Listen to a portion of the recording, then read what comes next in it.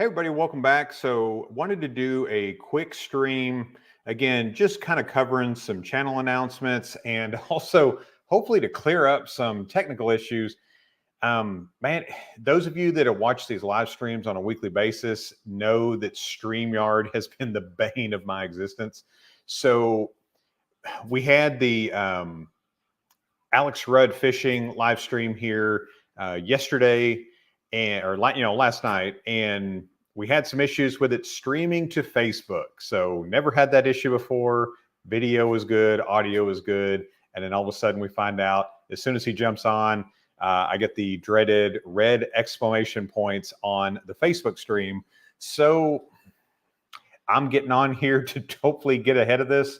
I've switched up my camera. Again, the same camera that I filmed the videos with. I've got it hooked up to the computer to try to test that out, test the audio. So if you're hearing me loud and clear, do me a favor, let me know down in the comments here. Just say, look good, sound good, or you're ugly, but I can hear you. Either way. So big announcement here for the channel. So the live stream this weekend, Saturday, this will be June 1st. Man, so we're already kind of getting up on June here. I'm going to have John Dalton. John runs the Creek Fishing Adventure YouTube channel, wildly successful. One of my favorite channels personally, shouldn't say favorite, but it's one of the ones I've watched for the longest period of time. John, if you followed him, if you haven't watched John's videos and you enjoy fishing content, I definitely urge you to do so. So just look up Creek Fishing Adventures on YouTube, and literally it's just that. He walks around, he fishes small creeks and rivers. He'll walk in a small creek and he will just jump in it. He'll pull out bluegill, sunfish, smallmouth, shoal bass, and but definitely looking forward to talking with him. So again, I appreciate you guys sticking with us on this. I don't know why we've had so many issues with this as far as either the video or the audio quality, but anyways, guys. So I've got John here on this Saturday. The following Saturday, I've booked up the two guys from Aggressively Average Anglers on YouTube as well. Fun bunch of guys. Looking forward to having them on. Now, that will not be a live stream, so that's very important. It will be airing Saturday at 7:30 p.m. And again, all those times are going to be Central Time, but we're going to have them on to kind of accommodate their schedule. They've got an event going on that Saturday, so we're going to be doing a pre-recorded interview. If you want to check that out, it will be streaming. And just, again, stay tuned as always. If you haven't watched all the videos, we've got them in the library on our YouTube page. You can find them on the Facebook pages as well. So the week before we did Gene Jensen, Fluke Master on YouTube. Again, great interview there as well. Just be warned. The interview with Alex Rudd last night went over 2 hours. So pack a lunch, bring some popcorn. It was probably one of the deepest conversations we've had on this channel. We talked anything from Alex Rudd getting his start on YouTube, what got him into fishing, what his favorite fish are to target, and even his background. What was he doing before he was hitting the record button on YouTube is very, very interesting, and we've definitely got deep into it. Yes, he is. Yes, he is. But man, how am I sounding? Is the video looking good? Is the sound good? I'm glad to see I'm on Facebook. I don't know what happened yesterday. Still can't figure that out. The error messages we were getting was saying that it was on Facebook's end, but again, that doesn't make me feel any better because I definitely want to make sure not everybody watches it on YouTube. Those of you that don't do the YouTube thing, you're on me. You're with me on Facebook. So, but some video content coming. Me and my wife Christina, which again she's not joining me here this evening, but we're going to be going over our personal setups. So our personal fishing kayaks and how we have them set up. Again, we both love to fish. And it may be a little different than other people do, but just kind of what works for us, why we do things the way we do it, and how we kind of play with the setups of our kayaks. So definitely looking forward to doing that. We just dropped the video where I did the comparison between the Jackson Bite and the Perception Outlaw. So most of you that are kind of looking at those two kayaks or looking into getting into your first fishing kayak, definitely might like to see that. I just kind of go over the cost, the features of both kayaks, and kind of where the value goes here in 2024.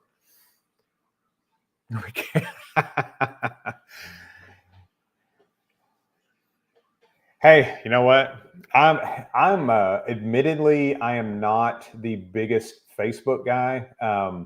You know, again, both my personal profile and my professional page, I guess you could call it, it's just done under Bearded Paddler. So it allows me to kind of, I'm just looking at fishing photos, fishing videos, you know, answering kayak questions. So I definitely prefer it to local drama for sure. So good deal. Good deal. Appreciate you. Appreciate you. And Christina has joined us on the comments here. So we are not with me on video, but with me via comments here. So again, if you would just check on the YouTube page. I've got the event set up for John this weekend. I will be getting the event set up for Aggressively Average Anglers. If you like, the two guys that do that show are probably, they do really nice job of both educating but also entertaining, which I think are the two most important things when you're doing content. And if you haven't checked them out already, please do so. They do some really, really funny stuff and also informative. So I think the last video I watched they did, they were torture testing different tackle boxes for waterproof and how much they cost. And they do a lot of really neat stuff there. Definitely looking forward to having them on and having a good time with them.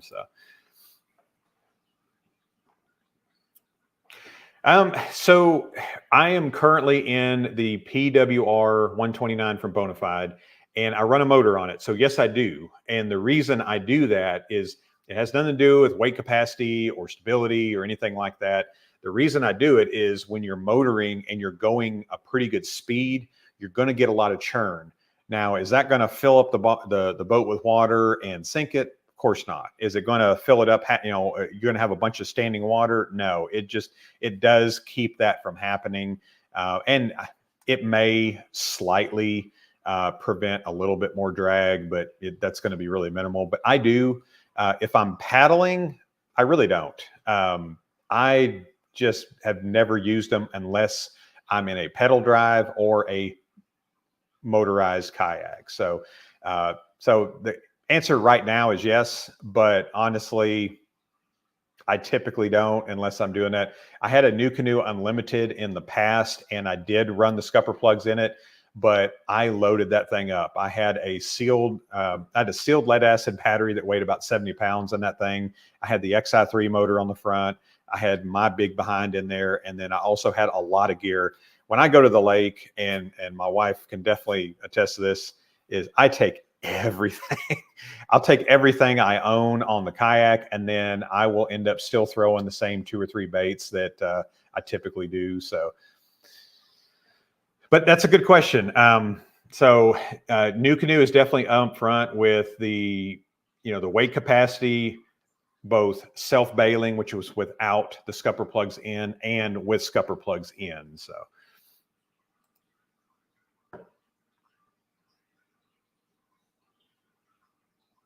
Are you getting it inside the hull? If you're getting it inside the hull, just from personal experience with Jacksons, check your rear skid plate on the very bottom. If it's got that curved skid plate in the back, which I believe the Mayfly does, take it off, just remove those 2 screws. You're probably, you may see a crack where that screw goes into the hull. You may see that.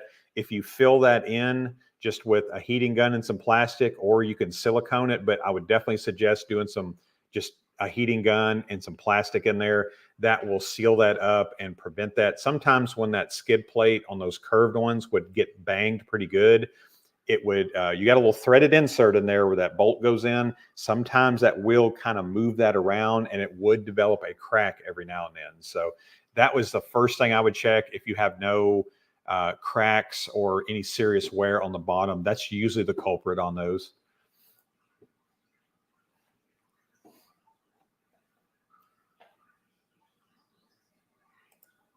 That's very interesting. Yeah, I mean, I have no issues with scupper plugs.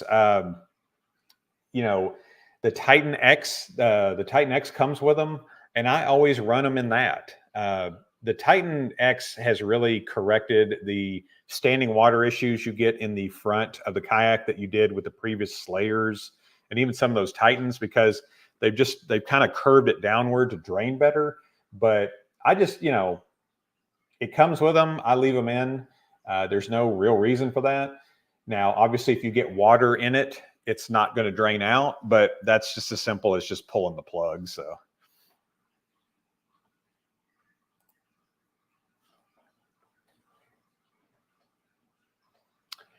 a tall angler that loves to paddle on lakes.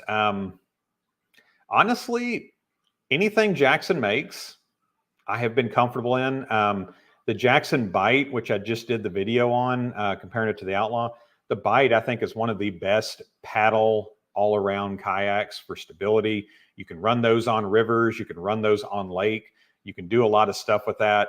You can trim the seat forward and backward, as well as you have adjustable foot pegs. That's why I prefer it for taller paddlers rather than the Outlaw. Not that the Outlaw is not a good kayak for tall paddlers, but I just like the Bite a little bit better for that reason.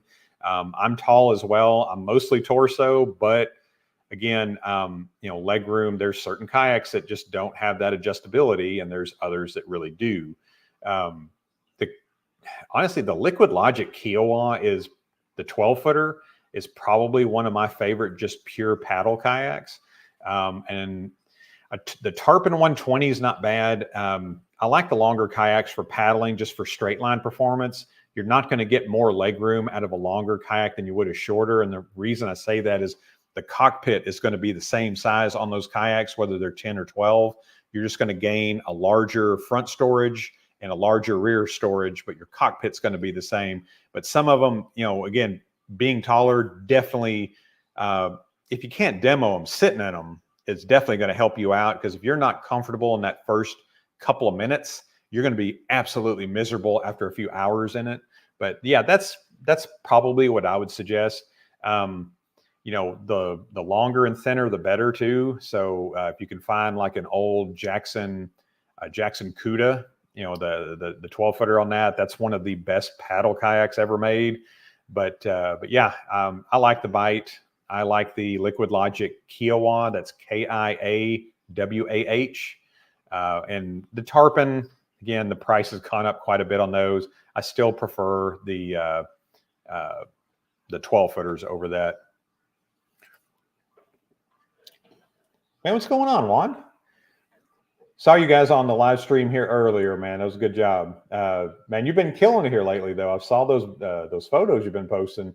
I have not been able to get out here lately, so we're definitely looking forward to getting out there. Hey, if you're on here, make sure you say hi to Christina. She couldn't be with me here right now, but I just kind of wanted to get on here just to make sure everything looked good, test out the new video setup. This is probably going to be the video setup that we use from here on out. The webcam, the video quality just wasn't the best. And for some reason, I'm on her Windows computer. My Mac, which is the newer Mac, for some reason, we get unstable internet connections off of that thing. So we're back to running Windows, which much to my chagrin, but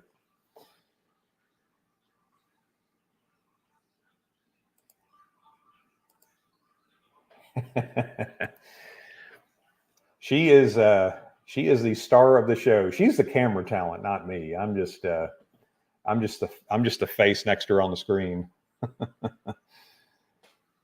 Yeah, Juan, I've got this is the camera that I use to film my talking face videos, and you can rig it up to do a webcam.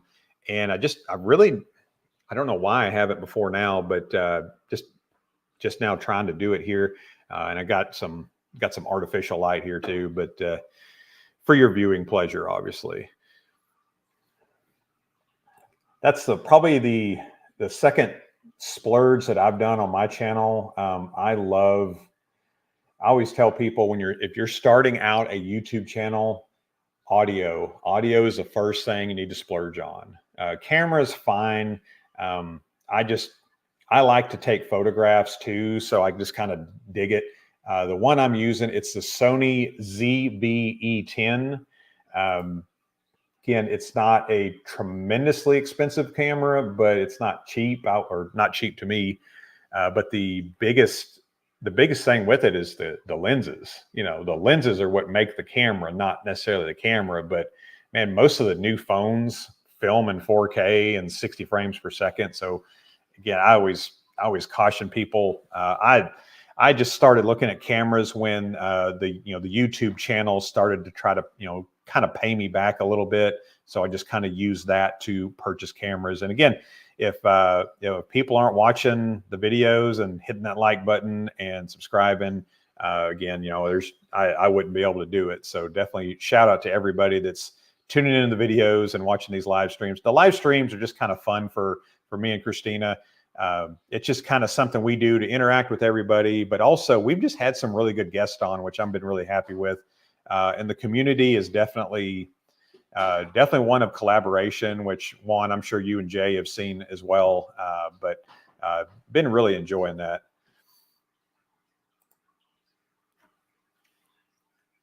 Kelly Baker says, thanks, Professor R. Hope you're doing well. There she is. Come here. Oh, you're going to sit down next to me. Nice. You didn't know we were live streaming tonight, did you? No. All right. There you go. See, we called her out from the depths here. Kelly, all right. So I'm going to make him answer this question for you, but I'm going to put in my 2 cents on it as well. I do inflatable paddle boards, and I absolutely love them simply because they're much easier to carry around. And they're not what you think they are. They're a lot thicker material. They're good material, and they inflate to like 15 PSI, at least the paddle boards do. And that makes them really rigid and something that I actually really enjoy. So on the paddleboard side, that's kind of what I know about them, that they're going to be similar to that. But I'm going to let Andy speak a little bit more on that with the inflatable kayaks. Oh, inflatable kayaks. That's the one thing that I was kind of drug into kicking and screaming, because nobody loves a big, heavy, cumbersome fishing kayak like I do. But it was actually Jameson Redding and one of the guys that worked at another one of our stores that kind of asked me to do a video on it. So I was like, well, sure. They sent me one. I took it out and I loved it. The one that we've got, it's the NRS CUDA. That's KUDA. Yeah, that's right. The CUDA. And they sell it in a 12.5-foot version, which is about the only version I would suggest. But it was the whole thing weighed like 31 pounds, fully inflated. It's got a frame seat on it. It's got lockable foot pegs. Jameson Redding does a lot of videos of that on his channel, and and he also kind of talked to me a little bit about those. They're phenomenal, and the biggest drawback to people is the perception of them. So they think that, oh, I'm going to take it out on a river and it's going to puncture, or there's not an inflatable out there that's going to handle what I do with it. That's just not right. They're made exactly like the whitewater, the whitewater rafts that go down the Colorado River and the Grand Canyon there. And they have a PVC material that's on the inside and the outside, and it's a nylon fabric. It's very, very durable. They use what they call a drop stitch technology, which allows those chambers to hold a lot more pressure, and it allows you to really inflate them pretty good. I'm not the best at stand up. I can stand up on it. I prefer to sit down. I thought it was very comfortable. And another thing that was really cool about that is there's a lot of frame seats out there that are interchangeable with the NRS because of the way they attach it. It's just simply straps that go underneath the frame seat. So you can't put a Jackson seat on there, but there's a lot of other seats that you can put on there if you like him better. So, and if you're not going paddleboard style either, they do have just regular inflatable kayaks as well at the store right now. And same idea, you know, they're going to stand up really well. We actually at the store on Saturday saw an inflatable raft style raft, basically, is what it was. And it's the things that they use in Colorado. And so it's made out of the same exact material as those inflatable rafts that you see them going down those crazy rapids and things. So inflatables, if that's something that you're looking for and you're looking for the lighter weight, that's definitely a way to go. One thing I can already see I need to do before Saturday is change the focus. It's focusing on one of us at a time. I'm just kind of moving in and out. Here. Let me see if I can. Get back in the picture. There we go. There we go. Now you're blurry. Yeah, you know. Yeah, it's oh, the Perception Prodigy is a solid kayak. Take store on campus. I'm almost physically able to paddleboard, otherwise love it. Another thing inflatables do, not just paddleboards, but kayaks, is if you do have any kind of limitations, whether it be transportation or space, they allow you where you're not having to fully deflate or inflate something. Allows you to fold it up, put it in the back of a car, put it in the trunk. If you live in an apartment, you can put it in the, you can kind of store it up, roll it up, put it in a closet, and then air it back up. Any inflatable, if you're going to go with fully deflating or inflating it, you're going to want to invest in probably an electric pump, which Boat sells those, which we do have those in stock. But you want to make sure you got the adapters for whatever brand that you're rocking there.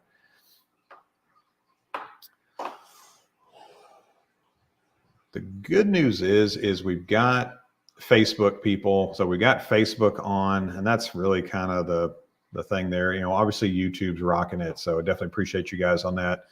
And one of the things I'm just going to point out real quick with him, because I put this comment up here real quick, is as soon as I came into frame, he started getting blurry. So I rocked this right here. As soon as I'm not in it, you seem to be having a better night.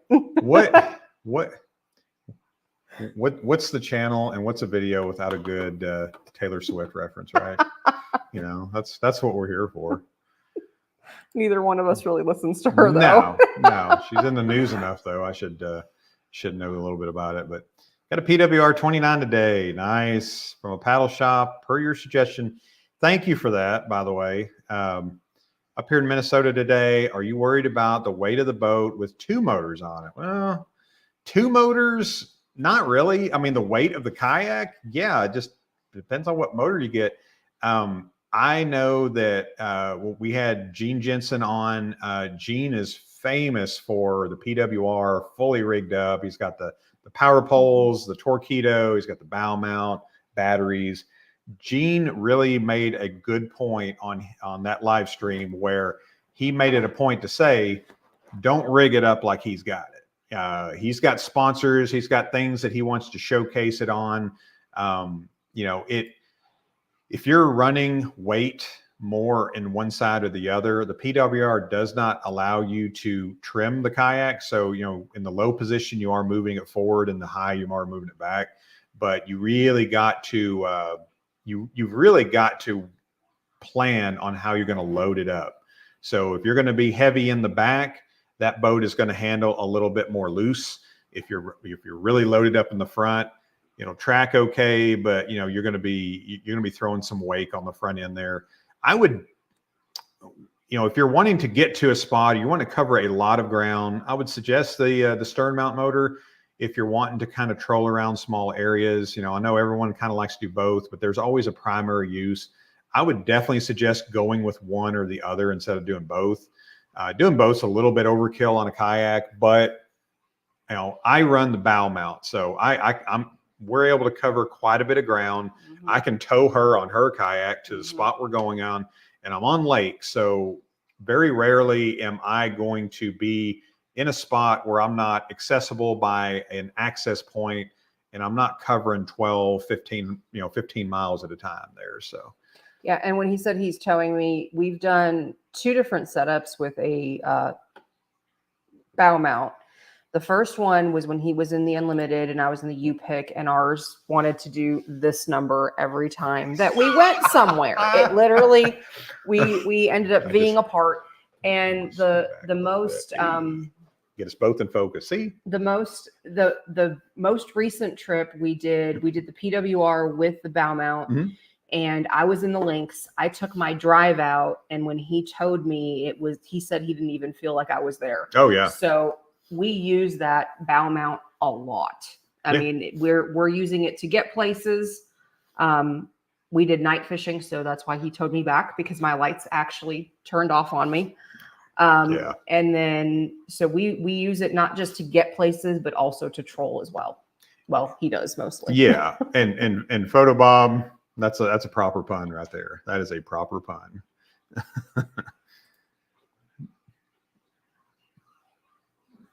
Yes. And that's another thing too. The XI3, if you're getting the XI3 kit from Bonafide, which I definitely suggest you do. I know it's not cheap. I think it runs $5.99, but it literally comes with every single thing you need. Comes with the bow mount plate, which is phenomenal quality. It comes with the Motor Guide XI3 quick disconnect bracket, which is a must-have for any kayak that you're running that on. It comes with insulated wiring, and I believe it is 6 gauge. A lot of people like to run 8 gauge. Wait a minute, it comes with 8 gauge. I think people like to run 6 gauge, but it's adequate. It does come with a really nice fuse block on there, a 60 amp fuse block, and they even thought of the rigging to pull a cord to have the plate come down to unlock it, and then another cord to pull it up on the kayak, so you're not having to climb up on the tip of the boat to bring it up on there. It's everything you need, and it really does make rigging it a breeze. And Bonafide, I did a little video on it, but Bonafide did a really good job. They got a YouTube video where Justin at Big Adventures there is going through the complete installation. And I think he even talks about the drill bit sizes and everything. Very detailed on it, very easy to follow.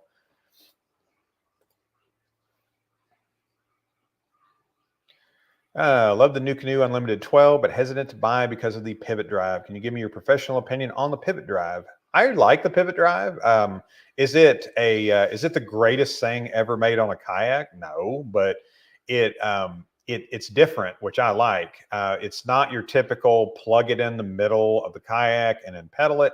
It's on the back, and having it on the back makes it to where it's like a trolling motor that you're controlling with your feet, and you've got a pull cord and a pulley. So you'll notice on the right side, you've got that little pulley and cleat. That's what that's for. And what that's going to do is that allows you to bring it up manually, or it will kick up manually if you run into something. Now, if you get it in some weeds and some grass, or you get some fishing line caught up in it, yeah, you're not going to climb on the back and clean that out. But, the only thing I really don't like about it is the fact that most people buy the NuCanoe Unlimited because of that open deck space.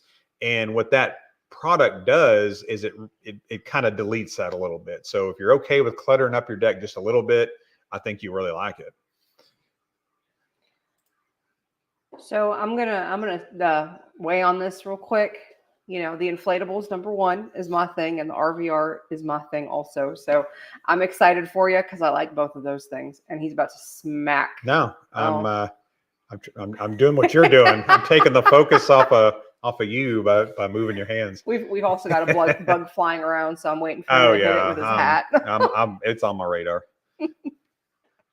Now you know which one the pike. The pike is actually the sit-in. Mm-hmm. It's similar to the CUDA, but the pike is very well. I haven't done a review of it, and I haven't been in one personally. Jameson did a review, and you might have watched his video if you did some research on it.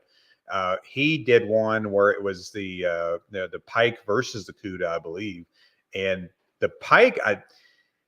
To me, I would expect the pike to be a little bit better performing paddle wise. And then the Cuda, again, paddleboard space, deck space, laid out a little bit different.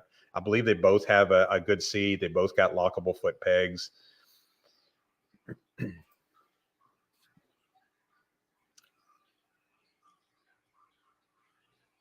My dude. Oh, yeah, Jeff.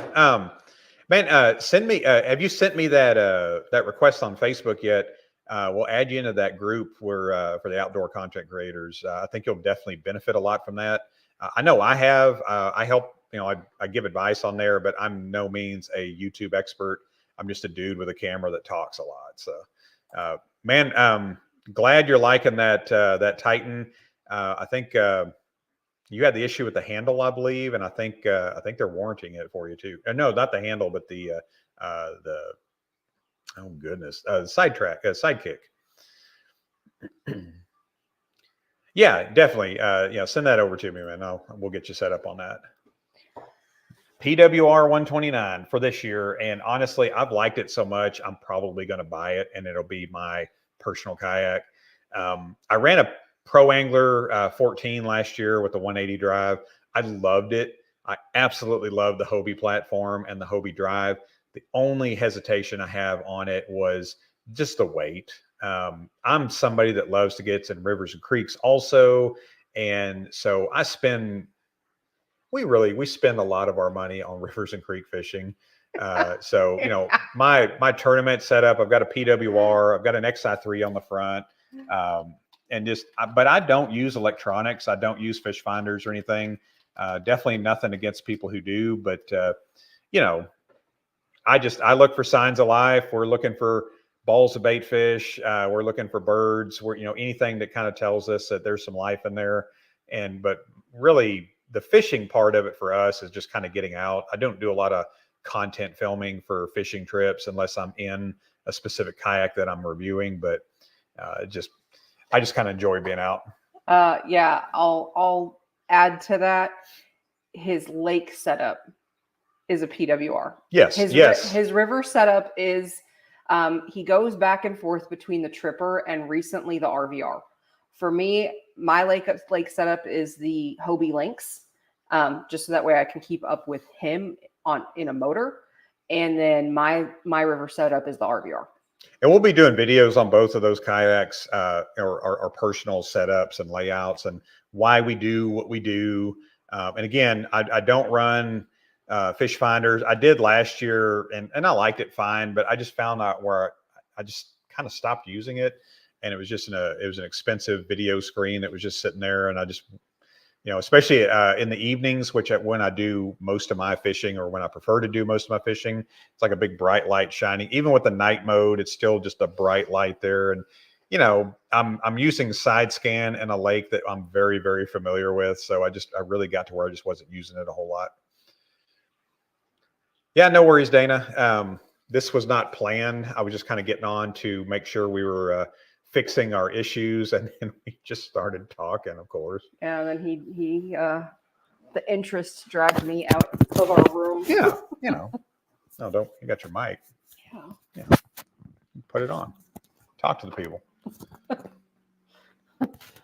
Behind the scenes with the two of us. And those videos that he's talking about, we are 100% planning on working on getting those videos done. I'm hoping to get them done this week. Actually, I told him that I'd like to possibly shoot mine tomorrow on how I set up the RVR and even how I set up the links. Maybe just do two of them, so that way it's difference between lake and river fishing. And our setups are completely different because we fish completely differently. He said that he brings a bunch of stuff. I posted in the comments, he absolutely does. He brings everything in the kitchen sink.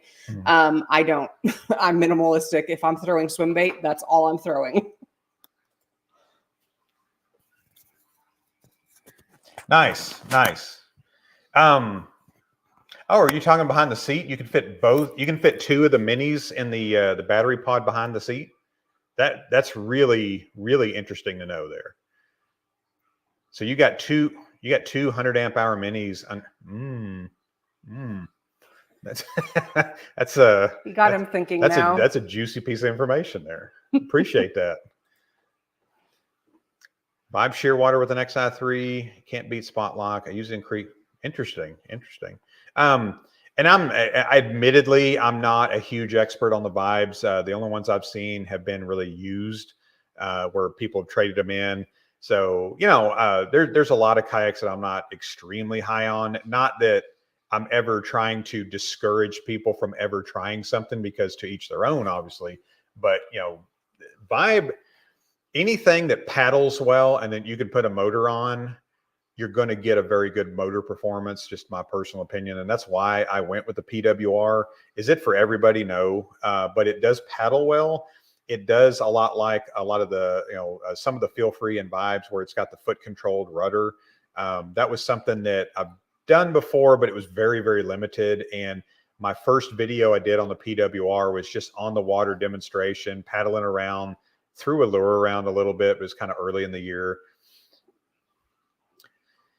But if it skims to the water really well and you're putting a motor on it, it's going to work really well. If it really is a slug in the water and you put a motor on it, that motor is just not going to work as well. You're going to be working that battery a lot harder and the motor a lot harder. With Anderson clips, you run with Anderson clips, so you run it, quickly switch off. You're like, yeah. I've kind of become a big fan of the Anderson clips. The PWR and the Titan X kit comes with those Anderson clips, and the Redodo batteries that I push so hard. The charger that they come with Anderson clips, which I'm a really big fan of. I've never had an issue with the XI3. They've got the plugs with the PWR kit that the trolling motor plugs into the front part of it. And the New Canoe kits come with those little plugins. A lot of people have had trouble, they say, about the loose connections and kind of burning those out. I've never had that problem. So I'm not sure if people are working those loose when they're unplugging it instead of pulling it out, working it side to side really hard and kind of boring that out. I'm not sure. But Anderson clips, absolutely. Brian, you've kind of piqued my interest here just a little bit. I'm going to let him answer this once I'm done answering it, because he'll talk forever. I'm going to keep it short now, just for spite. So one of the things that I think we would probably both agree on is, with the lifetimes, I would say save a little bit more and do like a perception, because the perception does the rotomold. And the other thing that him and I saw a lot this weekend was seats. People were coming in and looking for lifetime seats because XYZ broke on the seat. Yeah. And there is nothing that we can do to actually fix those seats. Those are kind of you have to like almost special order them. So if something goes wrong like that's my biggest concern with that kind of stuff, is if you just go just a little bit higher, and you don't have to break the bank on it, because that's what we did. I mean, my first kayak was a perception, and I went like basic. Yeah. Pescador 10. Yeah. Absolutely. I did basic for what I wanted to do. And we got rid of that kayak, but I had it for like 3 years. Yeah. And it was in great shape by the time we were done. And it was one of those, nothing fancy on the seat, but it was something that if something went wrong, we could fix it. Yeah. And, I would say the exact same thing. It's not that they're just terrible kayaks. It's just, they don't do a lot of things really well that a lot of people are wanting them to. They're not going to be something you're going to want to be out in open water. They're not going to be something you're going to want to be out in moving current and hazards. And I'm not talking about whitewater. I'm just talking about just, a decent running creek. Also, the weight capacities of them are not exactly science. So they'll say one thing. A lot of times their weight capacity is going to be about 200 to 250. And I would kind of argue that might be the point in which the boat sinks, which is, you could actually argue that the weight capacity would be quite a bit lower. If you can't, if it's not in the budget right now to go new, go used. That's something that's different now than it was just 3 years ago. There's so many used kayaks out there, and you can find a used Jackson, you can find a used Liquid Logic or Perception or any of them for just pennies on the dollar because there's so many of them out there. The new ones haven't gone up in price a whole lot in the last couple of years. Some of them have, don't get me wrong, but the supply has definitely caught up to the demand and surpassed the demand, in my opinion, on some things. So a lot of the used kayaks, you're not getting new prices for those anymore. People have had to cut the price to sell them quickly. Otherwise, they're just their lawn ornaments if they're not using them. I would, like she said, go Perception for budget-friendly kayak. If you're just looking to recreational float or throw a lure in every now and then, fish a little bit, they have a really great roto-molded process. And I won't get into the details of how they're made, but it's all one piece. Roto-molding just made just like your Yeti coolers and all that. So. And the other thing, he talks about getting used. Check Facebook Marketplace. Oh yeah, there were so many Perceptions that we actually saw pop up this weekend. So they're out there, and some of them are $300, some of them are $400. So when you're looking at that $300 to $400 range, you're kind of in that range of those lifetimes anyway. So look for used if you're really looking to get a good deal, because you can. That's a really good question. Interview with Gene. Anything he said that really surprised you? Because to me, what he did for a living prior to YouTube. Yeah, he was a radiation tech, radiology tech. Yeah, and Alex Rudd was a teacher. He was an elementary school teacher before he did YouTube. That stuff just amazes me. Yeah, and also the most underrated fishing lure, Gene Jensen said, was the curly-tailed worm. Yes. Curly-tailed worm. Yep. And guess what I've been throwing for the last week? Yeah.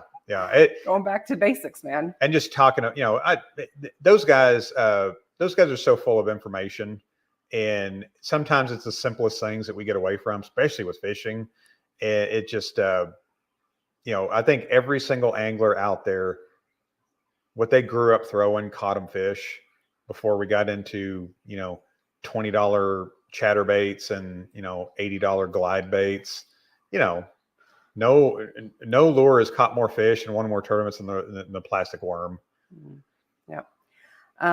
One thing I saw on here, Jose, we saw this. I'll let you answer that question. That's coming. I try to space that out a little bit, but so the only thing that's changed in the brands that we carry is we do at the shop I work. We carry Old Town now. So other than that, we still carry Jacksons and Hobies and New Canoe and Bonafide and Liquid Logic and Dagger and Winona canoes. And that's the one thing that helps me out as a content creator and as a salesperson and a manager of a store is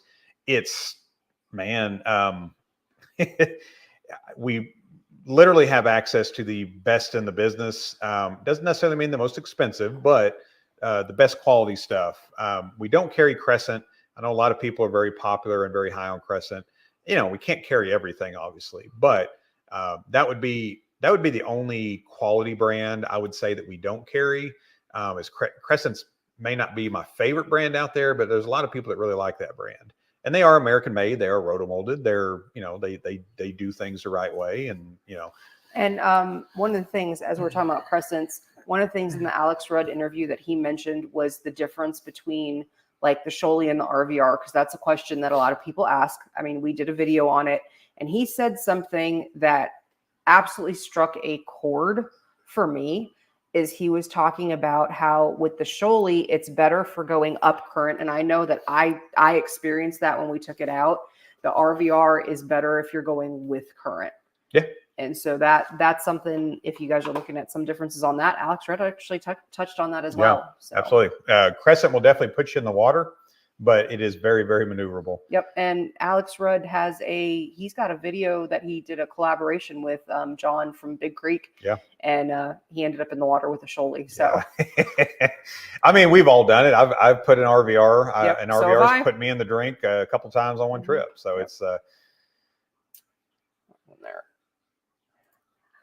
As he's reading that, I'm going to let you know, nailed it on the head with Big Adventures has dominated this year. They have come out swinging with so many new things. And I think that's why they've dominated the industry this year. Yeah.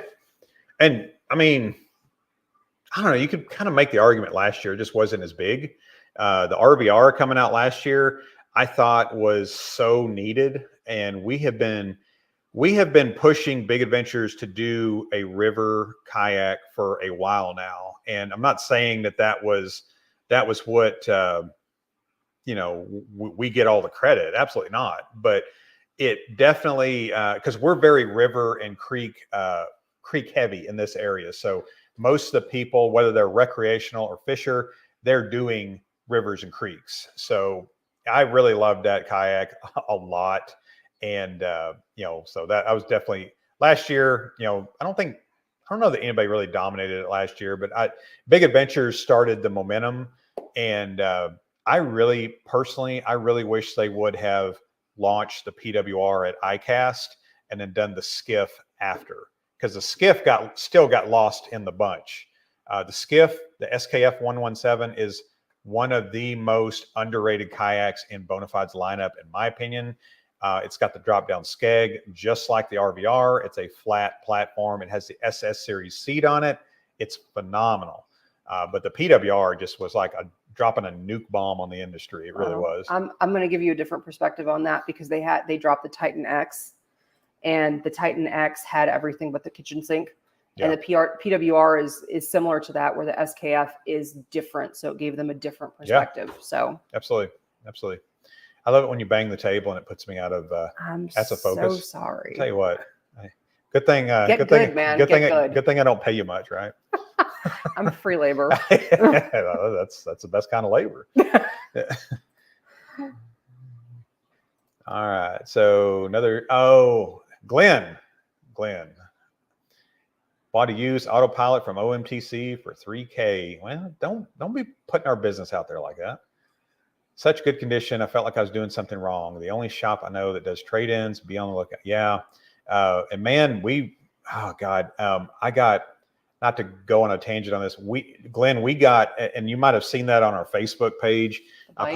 No, not the bite. That Topwater. Oh yeah. So I got an Old Town Topwater 106 that the guy had taken out maybe 2 or 3 times, and that thing it was so new. It was last year's model, but it was so new. He still had all the marketing materials, like the little booklets and stuff that hang on the seat. And I think we had that for like $1,500. Mm-hmm. Yeah, $1,500. You can save $1,000 on a brand new Topwater 106, which is basically the Sportsman 106 with like the Sportsman just got an upgraded seat and some different stuff on it. But yeah, and then we had a used Jackson Bite. I think we sold for $799. That thing looked like it had never been in the water. That one lasted in the shop for about 45 minutes. Yeah. We sold it within the hour though. Brian, I appreciate that comment a lot. Yeah. It's hard. It's hard work. He's so cute. Yeah. He's so cute. No, to be real with you guys, me and him think way too much alike most of the time. Yeah. And one of the things that we always laugh about is when people talk about tandem boats, a lot of people call them divorce boats. The only reason we would be in trouble in a tandem is because we would literally be splashing each other or hitting each other with paddles, because that's just how we are. Yeah. So I've got a full-time job. I do YouTube on the side, obviously, but my favorite hobby and pastime is not fishing. It's not floating. It's pestering her right here. Oh yeah. And I'm so good at it. Like I've got a black belt, and just I can toe the line. I can get her to where she's just almost just really pissed off at me, but then bring it back. And I think I deserve some credit for that. I can tow it. I'm a habitual line stepper, put it that way. Yes, and I have the mind of a 12-year-old boy, so that doesn't hurt either. But anyways, guys, I think we've wasted about 50 minutes of your time tonight. And man, I appreciate you guys. First and foremost, if big shout out to North Arkansas, South Missouri, and Kentucky here tonight. You know, right after our live stream with Alex Rudd last night, which that is actually on Facebook now. If you guys want to check that out, if you haven't watched it on YouTube yet, we just got hammered with tornadoes. We had 2 different storm systems that came through. We're fine. We had power a majority of the day today, but there's a lot of people. We drove down to Harrison, which is about 50 miles from us, and I was shocked. And I've seen some damage before, but I was surprised by what we saw just driving down the road, the main highway. And we're talking about Memorial Weekend. There was one that went through a campground, and there's people out there tent camping. How there wasn't more casualties, I don't know. But there's a lot of damage that's been around us. I mean, it's probably 10, 15 miles west of us, 10, 15 miles south of us. Yeah. And the other thing is that because there's so many people that came in, we saw a mad exodus today out of Mountain Home, because there's so many people without power. That includes the Airbnbs, that includes the VRBOs, that includes so many people. So if you guys are not in the state of Arkansas or are in the state of Arkansas, we hope that you guys are all safe, and just keep these people in your thoughts and your prayers, because there has been loss of life, and there's been loss of property, and the loss of life is the most devastating thing right now. Absolutely, guys. Thank you so much for watching the videos. Again, please join us if you can, Saturday, 7:30 p.m. That's Central Time. So if you're on Eastern Time, 8:30. If you're on the West Coast, obviously you're a little behind us there as far as time goes. But John from Creek Fishing Adventures will be on this weekend, this Saturday, 7:30 p.m. Next weekend, we'll have the 2 guys from Aggressively Average Anglers. I'll get the event posted on YouTube and Facebook. I'm just working on the thumbnail now. We got plenty of guests coming up in the future, working on that and getting that ironed out. But as always, it's always a great time just sitting and chatting with you guys and just shooting it up here. But thank you so much for the support. Thank you for checking out the videos also. Liking and subscribing, all of that standard YouTube crap. But it definitely does make a difference. It allows us to reach a broader audience. Hopefully we can help somebody out there find that next kayak or that first kayak. And, you know, and a bigger thing is we both genuinely enjoy the interaction that we have with you all, and helping you in any way that we can. All right, guys. Well, have a good night, guys, and we'll see you soon. Thank you.